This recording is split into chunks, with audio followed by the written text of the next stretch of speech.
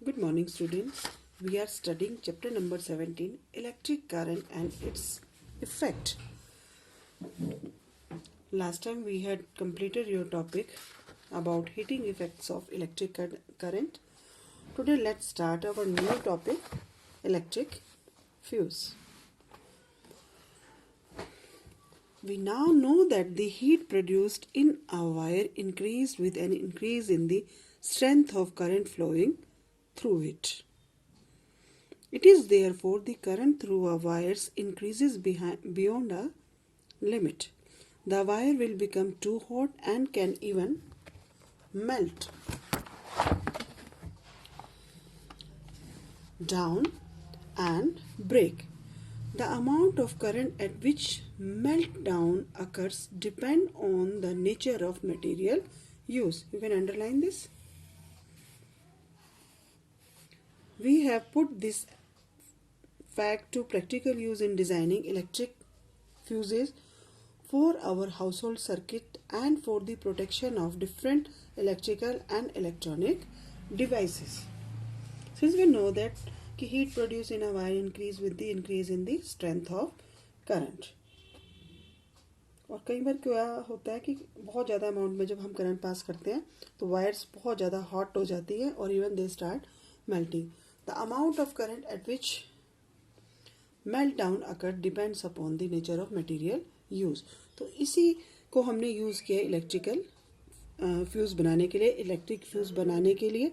क्यों कि अगर आपका ओवरलोड हो जाता है, ज़्यादा आपने एक समय में यूज़ कर रहे हैं गैजेट्स, इलेक्ट्रिक गैजेट, तो क्या होगा, जो इलेक्ट्रिक फ्यूज़ है वो क्या होता है, एकदम से एमसीबी डाउन हो जाती है और सर्किट ब्रेक हो जाता है, तो कोई भी बड़ी मिस हैपनिंग होने से बच जाती है. On the basis of this, we are having activity number 3. Activity 3. Set the circuit of previous activity, but in place of nichrome wire, tie a thin strand of steel wool. ठीक है, आपने thin strand, not strand, thin strand of steel wool. आपने nichrome wire को replace करके steel की wire क्या करनी है, पतला सा धागा स्टील वूल का लेना है. Steel wool is commonly used for cleaning utensils. ठीक है. Now pass the current through the circuit for some times. ठीक है, कुछ देर करंट को पास करना है. Observe the strand of wool carefully. Observe करना है. Note what happens. Does the strand of steel wool melt and break? ठीक है, जो स्टील वूल का स्ट्रैंड है, धागा है, वो क्या होगा, वो आपका ब्रेक होता है या मेल्ट होता है. You will have to observe. Wires made from special material melts quickly and break when large current are passes through them. These wires are used for making electrical fuses. Electric fuse बनाने के लिए special material की जो wire बनी होती है उनका use किया जाता है. ठीक है, तो सिंपल एक्टिविटी थी जैसा हमने लास्ट टाइम किया था. You can C in your this experiment.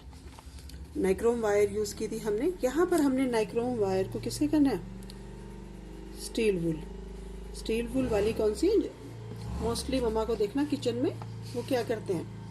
ठीक है, जब साफ करते हैं तो स्टील का एक वायर्स का क्या होता है, ठीक है, गोलाकार सा आपका, ठीक है, यूज करते हैं उसको. ठीक है, तो आपने क्या करना है, नाइक्रोम वायर की जगह आपने स्टील वूल को यूज करना है और देखना है, करंट पास करना है, देखना है कि क्या होता है. तो वो बहुत जल्दी आसानी से क्या करेगा, ब्रेक कर जाएगा, because it is made up of special material. तो such type of wire they are going to use in our electric fuses. So what is an electric fuse? An electric fuse is a safety device which is used to limit the current in electric circuit. You can underline this. This is the definition of electric fuse. Safety device है and is used to limit the current in an electric circuit. The purpose of fuse is to safeguard the circuit and appliances connected to it from getting damaged due to excessive heating caused by the flow of large amount of current. ठीक है, तो एक safe guard की तरह act करता है, और जब उसमें large amount of current pass on करता है तो ये क्या होता है, सर्किट ब्रेक हो जाता है.